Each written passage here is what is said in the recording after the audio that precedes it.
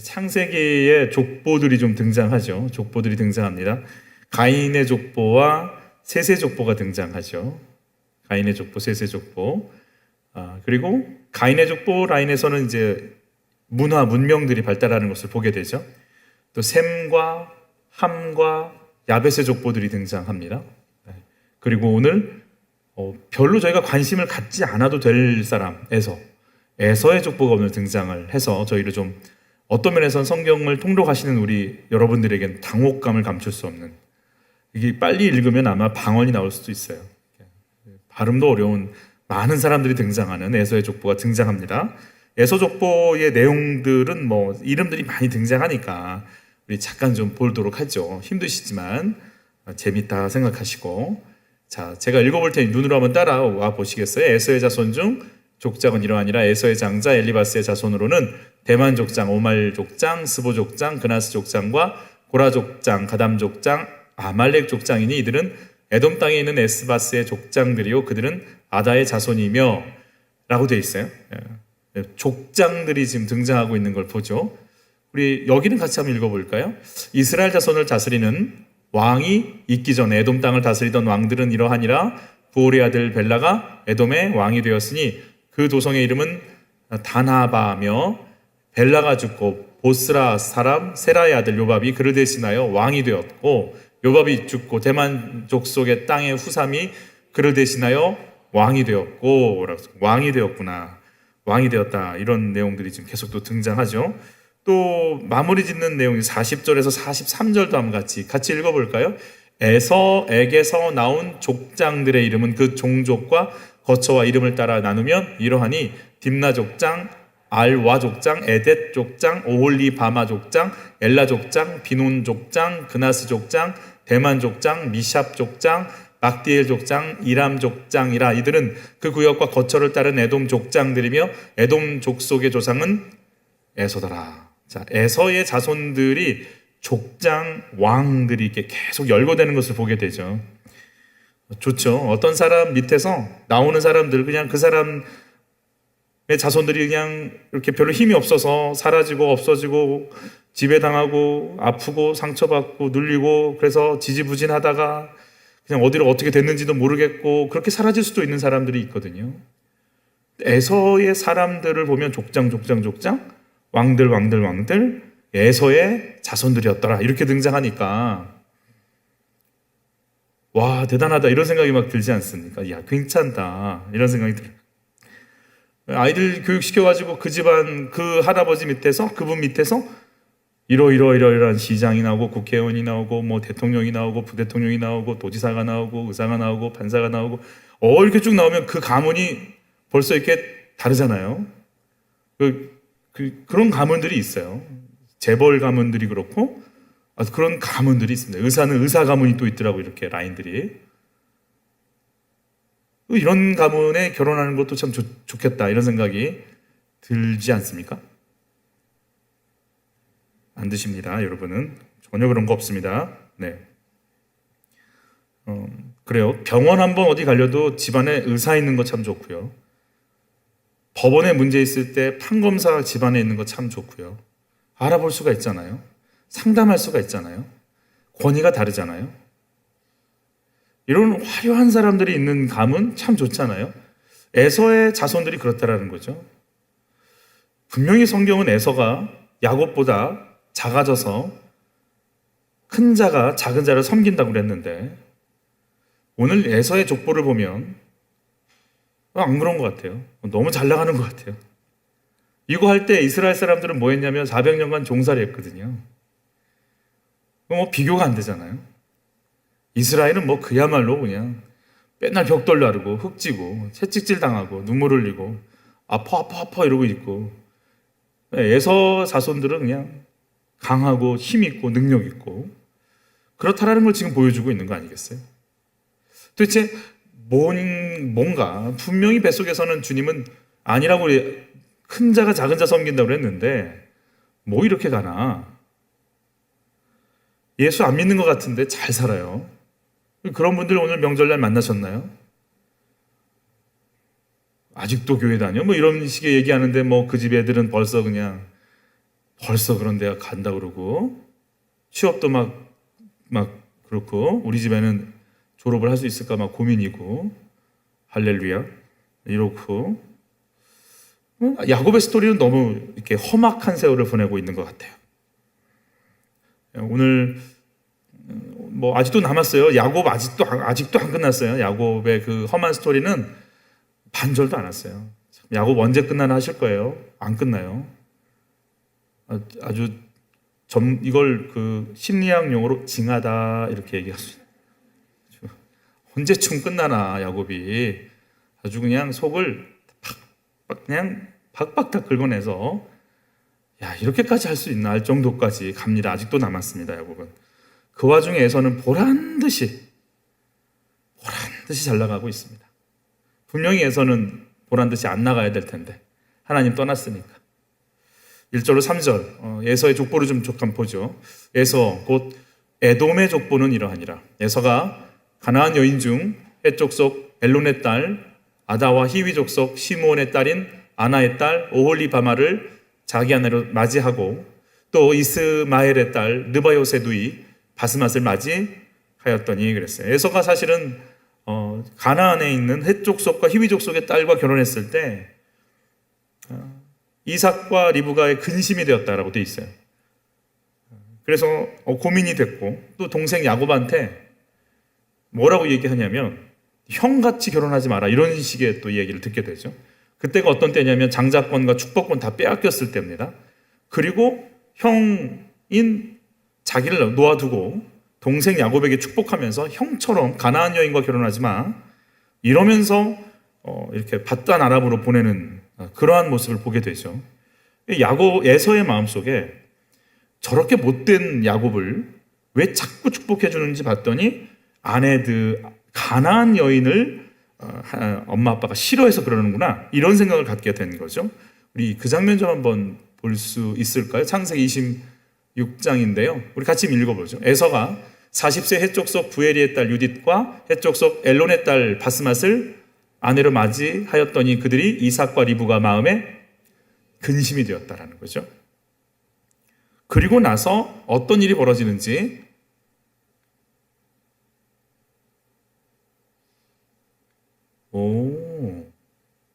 네, 깜짝이야.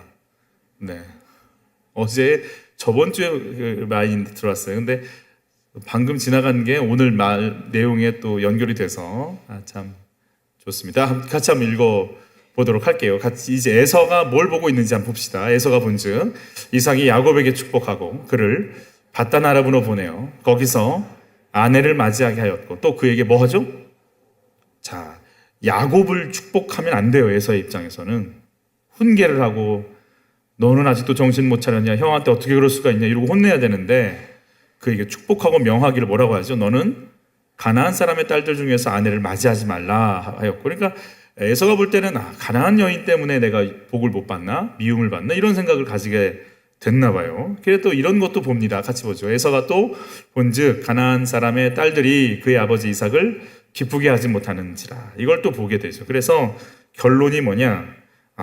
저렇게 나쁜 야곱이 자꾸 축복을 받는 거는 가나안 여인을 안고 있는 나에게 문제가 있나? 이런 고민을 해서 결국은 3절입니다. 또 이스마엘의 딸 르바요스의 누이 바스맛을 아내로 맞이하는 일이 벌어지게 되는 거죠. 지금 에서가 자기 상태, 영적인 상태를 파악을 잘 못하고 있는 걸 보게 됩니다. 에서가 지금 가나안 여인들 말고 다른 여자들과 결혼하게 되면 자기 인생이 펼쳐질 줄 아는데 그렇지 않죠. 그가 정말 문제는 어떤 문제가 있는 거죠? 같이 읽습니다. 에서의 그 영적인 연약한 상태입니다. 같이 읽습니다. 야곱이 떡과 팥죽을 에서에게 주매 에서가 먹으며 마시고 일어나 갔으니 에서가 무엇을 가볍게 여겼어요? 장자의 명분을 가볍게 여기는 거죠. 에서의 마음 가운데 가장 지금 이제 이렇게 같은 선상에서 출발한 것 같지만 자꾸 에서는 다른 쪽으로 나갈 수밖에 없는 마음의 각도가 하나님의 언약을 가볍게 여기고 다른 것을 더 중요하게 여기는 것 때문에 이렇게 간다라는 것이죠. 오늘 이 노선이 어떻게 쫙 흘러가게 돼버리고 에돔이라는 족속이 이 지구상에서 완전히 사라져버리게 되거든요. 없어져 버립니다. 그래서 지독하게 이스라엘을 핍박하고 어렵게 하는 라인에 늘 서서 하나님이 멸하시겠다, 힘들게 하겠다 경고하는 아주 저주받은 민족의 족속의 라인으로 갈 수밖에 없는 상황이 뭐냐? 뭘 가볍게 여기는 거냐면 하나님의 언약을 가볍게 여기는 거예요. 하나님의 언약이 그렇게 귀하지 않게 보이는 거예요. 그게 지금 어떤 식으로 흘러가게 되는지를 오늘 족보를 통해 잠깐 살펴보게 될 겁니다. 자, 5절을 보게 되면 오늘 본문의 5절, 자, 이것도 같이 한번 읽어볼까요? 음행하는 자와 곧 한 그릇 음식을 위하여 장자의 명분을 판 에서와 같이 망령된 자가 없도록 살피라라고 되어 있다. 너희가 아는 바와 같이 그가 그 후에 축복을 이어받으려고 눈물을 흘리며 구하되 버린 바가 되어 회개할 기회를 얻지 못하였느니라. 그 기회를 놓쳐버린 에서의 삶. 그런데 에서의 삶인데 왜 이렇게 잘 나갈까? 고민입니다. 5절 같이 한번 봤습니다. 오홀리바마는 여우스와 알람과 고라를 낳았으니 이들은 누구의 아들? 에서의 아들들이요. 가나안 땅에서 그에게 태어난 자들이었다. 자, 에서의 아들들은 어떤 땅에서 태어났어요? 가나안 땅에서 태어났어요. 가나안 땅은 어떤 땅이에요? 거기 이스라엘 하는 약속의 땅이죠. 자, 약속의 땅에 태어난 아들들은 누구예요? 에서의 아들들이죠. 묻죠. 야곱의 아들들은 어디서 태어났을까요? 목사님, 우리가 야곱 아들이 어디서 태어난 것까지 알고 있어야 됩니까? 거의 그런 눈빛이에요. 삼촌 라반의 집에서 태어났죠. 바단 아람 하란입니다. 티그리스강, 유프라테스강 바로 아래입니다. 그러니까 약속의 땅에서 수백 킬로 올라가야 되는 거죠. 약속의 땅 아닙니다. 즉 에서의 아들들은 약속의 땅에서 태어났고 야곱의 아들들은 이방인의 땅에서 태어났습니다. 뭐 다 이방인이겠지만 가나안 땅이 주어지진 않았지만 하나님이 약속의 땅이라고 찜해 주신 그 땅에서 태어난 거는 베냐민밖에 없죠. 베노니 하면서 태어났잖아요. 그런데 놀랍게도 약속의 땅에서 태어난 이들은 세일산이라고, 여러분이 보실 때 여러분이 여기가 사해라면 요단강이라면 이쪽에 있는 곳으로 세일산 에돔 땅으로 그들은 가나안 땅에서 옮겨 잡아버렸고 위에서 태어난 자들이었던 야곱의 아들들은 내려와서 가나안 땅으로 들어오는 일들이 벌어지게 되는 거예요. 지난주에 야곱의 아들들이 태어난 곳은 26절입니다. 우리 계속 한번 전체 읽어보죠. 레아의 여종 실바의 아들들은 갓과 아셀이니 이들은 야곱의 아들들이요 바단 아람에서 그에게 낳은 자더라. 삼촌 라반의 집 이방인의 땅에서 낳았다라는 거 아니겠어요?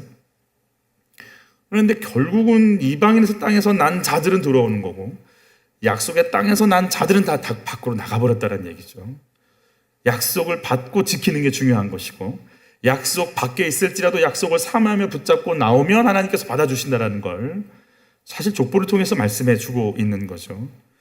여러분 룻기를 보면 베들레헴에 있던 엘리베스 멜렉과 나오미 부부가 기근이 오니까 모압으로 가는 이야기잖아요. 모압 땅에 가서 남편 잃고 자식 잃고 재물 잃고 다 잃어버리고 돌아온 거는 룻이라고 하는 며느리, 그것도 모압 여인, 이방 여인, 돈도 없고 자녀도 없는 아이, 남편도 없는 두 과부만 돌아왔어요. 아무 소용이 없죠. 어떤 소망도 어떤 힘도, 이제 이들이 와서 하는 일은 뭐냐면 남의 농사한 거 흘린 거 주워다가 먹을 생각을 갖고 있는 거예요. 예전에 시장에 가서 조용기 목사님 그거 했대잖아요. 시래기라고 하죠. 어떻게 그렇게 표현하나요? 그거 주워다가 된장 풀어 먹으려고 시장에 가서 물건도 없고 떨어진 야채, 채소 긁어서 씻혀서 그걸로 된장을 풀어서 밥을 끼니를 해 먹으려고 나가서 먹는 사람. 그거 하려고 지금 다시 예루살렘으로, 베들레헴으로 돌아오는 거잖아요. 그러나 그들이 고백하는 건 한 가지예요. 모압 여인 룻이 고백했던 것이 어떤 고백이에요? 같이 읽습니다. 어머니의 백성이 나의 백성이 되고 어머니의 하나님이 나의 하나님이 되시리니, 이 고백 하나 하면서 약속의 땅에 들어와서 보아스를 만나서 다윗의 라인에 들어가는 외할머니가 되는 거잖아요. 기생 라합은 어떤 건가요? 창녀죠. 매춘부죠. 여리고성에서도 사실 대접을 못 받았을 거라 생각하는 건 성문이 다 무너지잖아요. 근데 성문에 이렇게 있어요. 성벽 위에서 여관을 운영하면서 그가 가족들을 놓고 막 간구하는 걸 봐서는 아마 가족 생계를 부양하기 위해서 몸 파는 여인이 됐을 것이고, 여기서 몸 파는 여인이라고 한다는 것은 바알과 아세라를 숭배하는 것과 또 연결이 되어 있는 창녀죠. 여러분, 기생 라합 할 때 꼭 그냥 라합이라고 안 나고 기생 라합이라고 꼭꼭 붙여주는 거 아세요? 좀 제발 좀 그거 띄었으면, 본인은 그거 제발 띄었으면 좋겠다는 생각이 들 텐데 성경은 같이 붙여놓습니다. 기생 라합. 그러나 그가 하나님에 대한 신앙 고백을 하는 순간 하나님의 족보로 들어오잖아요. 라합도 룻도 그렇게 다 온전한 사람들은 아니고 대단한 일 한 사람들은 아니잖아요. 그러나 하나님께서 뭘 보시는 거죠? 무슨 라합이 정탐꾼 숨겨줬다고는 하지만 그래도 이 전쟁을 막 엄청나게 이기게 한 건 아니잖아요. 룻도 그렇고요. 그러나 마태복음에 이들의 족보가 어떻게 올라가는지 같이 한번 읽어볼까요? 살몬은 라합에게서 보아스를 낳고, 보아스는 룻에게서 오벳을 낳고, 오벳은 이새를 낳고, 이새는 다윗 왕을 낳으니라. 이방 여인들이지만 다윗과 예수님의 족보 속에 들어가는 사람들이 되어 있어요. 사실은 그런 생각 들어요. 여리고성을 무너뜨리기로 작정하셨으면 여리고성 무너뜨리면 되죠. 근데 여리고성을 무너뜨리기 전에 기생 라합에 대한 이야기가 이렇게 줄기차게 나오는 이유는 뭘까요? 나는 모든 걸 무너뜨리는 하나님이야 라고 말씀하시기 전에 나를 찾고 있는 그 한 사람을 기필코 가서 건져낼 거야 라고 하는, 마치 어마어마한 거인이 지나가다가 멈추어 서서 자기가 밟으면 죽을 것 같은 개미 하나를 이렇게 건져내듯이 기생 라합을 일부러 그 속에서 끄집어 올리시면서 너희 집에 구원을 얻고 네가 구원, 구속사, 예수님의 족보 속에 들어가는 인생이 될 거야 라는 것을 막 보여주시는 것 같아요. 절망 속에 하나님을 향한 소망을 품고 있는 한 사람 한 사람도 주님 살려내시죠. 그냥 지나치시지 않으시죠. 정확하게 보십니다. 우리 같이 한번 고백해 보시죠. 주여, 나를 불쌍히 여기소서. 시장에서 다 버려진 채소 주워다가 오늘 함께 밥 먹으려고 하는 그 여인의 고백을 들으시는 거 아니겠어요? 막 멸망할 거 알지만 나를 좀 봐주시면 안 되겠냐고 목숨을 걸고 정탐꾼을 숨겨주면서 나를 좀 기억해달라고 하는 한 여인을요, 주님이 정확하게 기억하시면서 이방인의 땅에 있고 이방인의 문화 속에 있지만 그가 하나님을 찾을 때 정확하게 하나님께서 그들을 끄집어 하나님의 족보 속으로 집어넣으시는 하나님의 계획과 섭리가 있습니다. 우리도 역시 언약 밖에 있는 백성이었죠. 우리는 하도 성경을 잘 좋아하기 때문에 우리는 다 우리가 이스라엘인 줄 압니다. 심지어는 단지파가 단군 할아버지의 단이라고 얘기할 정도로 많은 상상력을 동원하는 우리 아니겠습니까? 하여튼 우리는 엄청 이스라엘과 가깝다 이렇게 얘기하는 우리들이지만 그러나 우리는 이방 약속에 대해선 외인입니다. 그런 우리가 하나님의 법에 들어가고 족보에 들어가고 보호의 은혜 가운데 들어가는 거, 이게 지금 약속의 땅으로 들어가고 있는 우리의 삶의 모습 중에 하나라고 말씀해 주고 계신 거죠. 자, 결론은 그렇습니다. 야곱의 아들들은 밧단 아람에서 태어났지만 가나안 땅에 들어왔고, 에서의 아들들은 가나안 땅에서 태어났지만 세일산, 여러분이 봤을 때 세일산 에돔 땅으로 흘러가 버려서 밖으로 나가버린 그러한 형국이 되어 버렸습니다. 왜 그랬는가가 오늘의 주제입니다. 같이 한번 읽어볼까요? 에서가 자기 아내들과 자기 자녀들과 자기 집의 모든 사람과 자기의 가축과 자기의 모든 짐승과 자기가 가나안 땅에서 모은 모든 재물을 이끌고 그의 동생 야곱을 떠나 다른 곳으로 갔으니 왜 갔는가? 두 사람의 수요가 뭐하죠? 풍부하여 함께 거주할 수 없음이러라. 그들이 거주하는 땅이 그들의 가축으로 말미암아 그들을 용납할 수 없었더라. 이에 에서 곧 에돔이 세일산에 거주하니라. 왜 약속의 땅에서 벗어났는가? 결론은 한 가지예요. 돈이 많아서. 잘 돼서. 성공했으니까. 잘 나가니까. 소유가 풍부해서입니다. 약속의 땅에 머물 수 없는 이유가 뭐냐? 잘 나가니까. 아브라함과 조카 롯이 이렇게 베델 근처에서 이렇게 거할 때가 있었죠. 두 소유가 너무 많아졌어요. 그래서 아브라함의 목자와 롯의 목자가 싸우죠.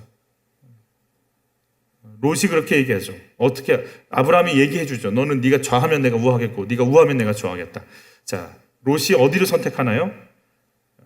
소돔과 고모라 땅을 선택합니다. 자, 그때 뭘 선택하는가? 자기 소유를 잘 먹일 수 있는 곳을 선택하는 거죠. 같이 읽습니다. 이에 롯이 눈을 들어 요단 지역을 바라본즉 소알까지 온 땅에 물이 넉넉하니 여호와께서 소돔과 고모라를 멸하시기 전이었으므로 여호와의 뭐요?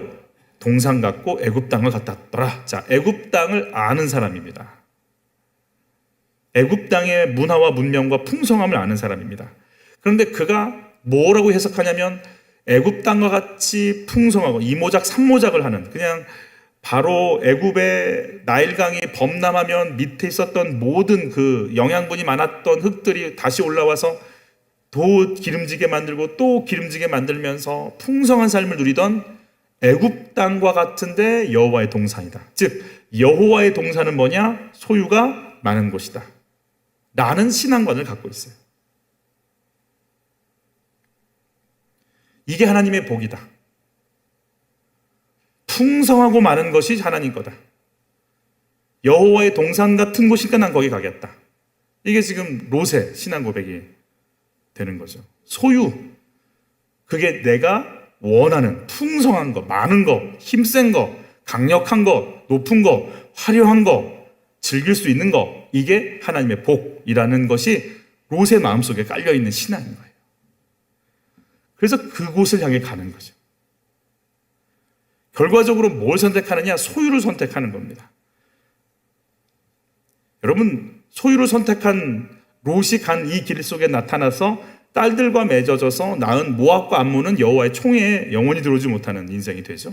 그러나 모압 여인 룻은 하나님의 족보 속에 들어가잖아요. 소유 잘 지내는 거 다 버리고 하나님 선택한 사람들은요, 버림을 받을지라도 들어오는 거고, 약속을 따라 같이 가다가도 소유를 선택하고 내 배에 오르는 것을 선택하는 순간 하나님의 복에서 멀어지는 거라는 걸 보여주시는 거죠. 에돔이 선택한 세일산에 대해서 이런 식으로 성경은 얘기를 합니다. 같이 읽어볼까요? 내가 세일산지를 황무지와 폐허로 바꾸어 놓고 그곳을 지나다니는 사람이 없게 하겠다. 또 한번 읽어볼까요? 이스라엘 족속의 소유가 황폐하게 되었다고 내가 기뻐하던 것과 똑같이 나도 너를 그렇게 만들어 놓겠다. 세일산과 에돔 온 땅아, 내가 황폐하게 될 것이다. 그때서야 비로소 그들이 내가 주인인 줄 알 것이다. 여러분, 하나님의 심판 앞에 있는 존재들인 거예요. 이제 주일날 저희가 또 고민을 해봐야 되는 문제이지만, 우리가 이제 세계관이라고 그러죠. 세상을 보는 관점이라고 그러죠. 우리가 구원받았다고 이야기한다는 건 구원 있기 전에 뭐가 선포된 거예요? 뭐가 선포됐기 때문에 구원받은 거예요? 심판이요. 아멘? 여러분, 구원받은 거 맞으세요? 아멘? 구원받은 확신이 없어요. 다시 한번, 구원받은 거 맞으세요? 그러면 뭐가 전제되어 있다는 얘기예요? 심판이에요. 심판이 전제된 상태에서 1101호 죄수나 1102호 죄수나 1103호 죄수나 1104호 죄수나 고기 반찬이 조금 더 나오고 덜 나오고의 차이지 심판이에요. 우리는 거기서 나오는 게 구원이에요. 이 세계관을 우리가 갖지 않으면 에돔 좋은데 왜 저래? 이 생각 속에 이제 우리가 감당할 수가 없는 거죠. 내가 구원받았다라는 게 어떤 의미일까? 1101호는 고기 반찬이 나왔고 1102호는 잔치집 음식이 나왔고 1103호는 별로 안 좋았어. 그게 중심인 것 같은데 우리는 그곳에서 구원받는 게 중심이 돼야 되는 거예요. 에돔이 조금 고기 반찬 많이 먹었어. 거기에 우리가 흥분할 일이 아니라고 분명히 말씀하세요. 내가 지금 어디를 가야 되는 인생인지 생각하라고 얘기하시는 거예요. 시온산에 대해서 이렇게 얘기하시죠.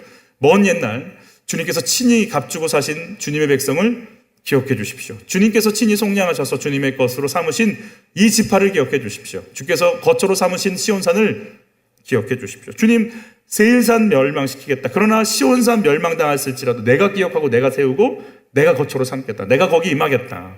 세일산이 아니라 시온산을 구원하시겠다라고 하는 하나님이 뭘 구원하시려고 하는지에 대한 이 관점이 우리 속에 임하시기를 예수 이름으로 축복하는 거예요. 소유를 선택한 자들의 자손 중에서 어떤 자손이 나오는지 한번 볼게요. 우리 에돔, 그러니까 우리 에서의 자손들 중에 누가 나오는지 한번 같이 읽습니다. 우리 좀 익숙한 단어가 좀 나오거든요. 에서의 아들 엘리바스의 첩 딥나는 누구를 아말렉을 엘리바스에게서 낳았으니 이들은 에서의 아내 아다의 자손이고 16절 고라 족장, 가담 족장, 무슨 족장? 아말렉 족장이라는 거예요. 아말렉 족장. 자, 아말렉. 주일날 이 아말렉이 오늘 등장해서 또 연결이 되는데요. 아말렉 어디서 제일 먼저 아말렉은 이스라엘 백성들이 출애굽에서 광야를 지나갈 때 제일 먼저 공격한 자가 아말렉이에요. 먼 족보로 따져보면 형제잖아요. 야곱과 에서의 라인이니까. 사실 형제 나라인데, 친척 나라인데 모압과 암몬도 마찬가지고요. 그런데 가장 먼저 공격한 건 아말렉이에요. 그래서 하나님께서 치는 자, 골짜기에 거주하는 자 이런 뜻을 갖고 있는데 아말렉은 믿는 이스라엘 괴롭힐 사명 갖고 태어난 사람처럼 악착같이 괴롭힙니다. 그것도 어떻게 괴롭히냐면 이렇게 괴롭힙니다. 같이 읽습니다. 너희는 애굽에서 나오는 길에 아말렉이 내게 행한 일을 기억하라. 곧 그들이 너를 길에서 만나 내가 뭐 할 때 피곤할 때 내 뒤에 떨어진 누구를 약한 자들을 쳤고 하나님을 두려워하지 아니하였다. 하나님 두려워하지 않으니까 어떻게 해서 저 사람들을 무너뜨릴까 봤더니 가장 약한 것을 뒤에서 탁 건드려서 넘어지게 만드는 그런 사람을 만날 때 그냥 만나지 않고 이 얘기하면 저 사람 괴로워하겠지 그걸 딱 생각하고 있는 사람들. 얼마나 잔인한 사람들인지 알겠죠. 이 얘기 딱 해주면 저 사람은 힘들 수 있어. 저 집 애가 문제야, 저 집 남편이 문제야, 저 집 아내가 문제야. 그러면 그 얘기 일부러 툭 던지는 사람들. 정말 잔인한 사람들. 어떻게 해야 무너질 줄 아는 사람들. 하나님이요 가만두지 않겠다 그러세요. 그러면서 뭐라고 얘기하시는지 같이 읽습니다. 그러므로 내 하나님 여호와께서 내게 기업으로 주어 차지하게 하신 땅에서 내 하나님 여호와께서 사방에 있는 모든 적군으로부터 내게 안식을 주실 때에 너는 천하의 아말렉에 대한 기억을 뭐하라? 지워버리라. 너는 잊지 말지니라. 무슨 말이에요? 다른 번역으로 결단코 가만두지 말고 진멸해버려라. 그래서 사울이 지금 그 명령 받는 거 아니겠습니까? 사사기에서 아말렉은 계속 괴롭히는 인생이 나오고요. 그 우리 에스더서에 나오는 하만 아십니까? 모르드게와 한판 붙었던 하만이 아각 사람이라고 표현되어 있습니다. 아각 사람이라고 되어 있어요. 아각 사람. 같이 한번 읽어보죠. 그 후에 아하수에로 왕이 무슨 사람? 아각 사람 함무다다의 아들 하만을 높여라고 나오는 아각이라는 표현이 뭐냐면 우리 로마의 황제를 시저라고 부르죠. 우리가 가이사라고도 부르고 애굽의 황제를 뭐라고 부르죠? 파라오. 이집트의 왕을 파라오라고 부르죠. 우리 성경에서는 바로라고 표현되어 있죠. 하만 족속 아각이라고 할 때 이 아각이 아말렉의 왕을 가리킬 때 아각이라고 표현을 쓰거든요. 그러니까 이름이 아니고 호칭이에요. 호칭. 아각 사람이라고 해서 이 사람이 아말렉 라인에 있는 사람이다라는 걸 알 수 있는 것이죠. 이 사람들은 유다 족속 진멸하려고 작정하고 달려드는 거예요. 참 이런 사명 갖고 있는 분들이 있어요. 믿는 사람들 가만두고 싶지 않은 사람 사명 이 뒤에 어떤 영적 배경이 있다는 거 아셔야 되겠죠. 결국은 에서에 의해서 이 사건이 드러나고 7만 5천 명이 이제 그쪽이 죽게 돼서 아무 힘도 쓸 수 없게 되는 일이 벌어지게 되는 거죠. 여러분 하나님의 라인에서 볼 때 세상의 족보가 흘러가고 있지만 이 세상 족보 속에서 하나님의 일을 가로막으려고 하는 자들의 시도들이 계속되고 있구나라고 하는 걸 보셔야 돼요. 그래서요 믿지 않는 자들이 잘 되고 잘 나가는 것 부러워하시면 큰일 나요. 저게 아니지. 하나님을 믿지 않는다면 하나님 믿는 게 먼저지 라고 불쌍히 여기고 긍휼히 여길 수 있는 마음이 있기를 바라는 거예요. 저들이 어떻게 쓰임받는지 하나님을 모르기 때문에 세상의 논리, 세상의 방법으로 어떻게 괴롭힐지 공격할지 이런 거 생각하며 살거든요. 근데 문제는 이들은 이렇게 잘 나가고 힘있고 강력한데 야곱의 족보에 나오는 사람들은 왜 이렇게 고생할까? 그리고 사실은 야곱의 이야기들을 들어보면 또 마찬가지겠지만 참 형편없어요. 정말 이렇게 이 족보가 영 아니에요. 정말 쉽지 않아요. 안 좋아요. 그리고 왕의 계보를 이어가야 되는데 야곱의 족보가 보면 사실은 사무엘상에 이르기 전까지 왕이 없었잖아요. 그리고 자기들이 종살이할 때 에서의 라인 에돔은 막 왕이 나오고 족장들이 막 풍성이 나오고 있고, 무슨 의미가 있을까요? 한 가지 한번 고민해 봤으면 좋겠어요. 이들은 이렇게 악하고 사람들을 공략하고 그렇지만 나중에 하나님께서 멸해버리시는 에돔 나라가 되죠. 여러분, 예수님 헤롯 대왕의 라인에 서 있는 헤롯이 어느 출신이에요? 이두메 출신이죠. 이두메가 어디 나라예요? 에돔이에요, 에돔. 그러니까 그냥 인생을 다 바쳐서 하나님에 서 있는 사람들이라면 악착같이 괴롭히고 싶은 사명을 갖고 이 일을 하고 있는 사람들이 바로 에돔의 라인은 아말렉 그쪽 라인이라는 걸 알 수 있는 거죠. 그럼 한번 묻죠. 이렇게 엉터리고 사람을 해치고 악하게 만드는 이 사람들의 라인이 있다면 야곱의 라인, 하나님 사람들의 라인이 있다는 거 아니겠습니까? 그러면 이 사람들의 라인은 그렇게 좋습니까? 이 사람들이 그렇게 바르게 살고 늘 주의 인도를 받고 그렇게 합니다. 오늘 저희가 저번 주에 봤을 때 어때요? 야곱의 아들들 중에 레위와 시므이가 어떻게 해요? 시므온이 가서 학살하고 돌아오잖아요. 조금 있으면 또 하나 터집니다. 유다가 며느리랑 잠자리 같이 합니다. 조금 있다가 또 하나 터집니다. 형제들이 요셉 어떻게 알죠? 인신매매합니다. 이들의 삶은 아름답냐? 아니죠. 이들의 삶도 엉망인 거죠. 그러니까 사실은 우리가 인격적으로 보면요, 여기도 엉망이고 여기도 뭐 한 거예요? 엉망인 거죠. 사실 믿음의 눈으로 봐서 이렇게 해석하니까 이러는 거지. 에서의 라인도 그렇게 악독하고 악하고 더럽고, 가만히 보면 믿음의 길을 간다는 우리도 별 볼 일 없어요.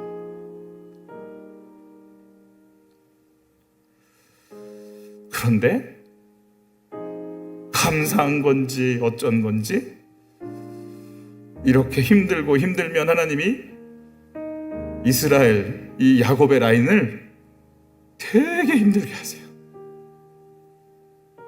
당하게 하시고 죽게 만드시는 것 같고, 뺏긴 것 같고, 속임을 당한 것 같고, 억울한 것 같고, 밀린 것 같고, 눌린 것 같고, 나중엔 온 나라가 들어가서 애굽에 밟히는 것 같고, 바삭바삭 그냥 아주 그냥 광야에서 다 죽어가는 것 같아요. 그 차이인 것 같아요. 그런데 이 라인들은 발전도 없고 왕도 없고 족장도 없는 것 같은데, 그래서 의지하고 붙잡고 살고 싶어서 외치는 게 하나님 나 좀 살려주세요를 외치는 삶을 산다는 거예요.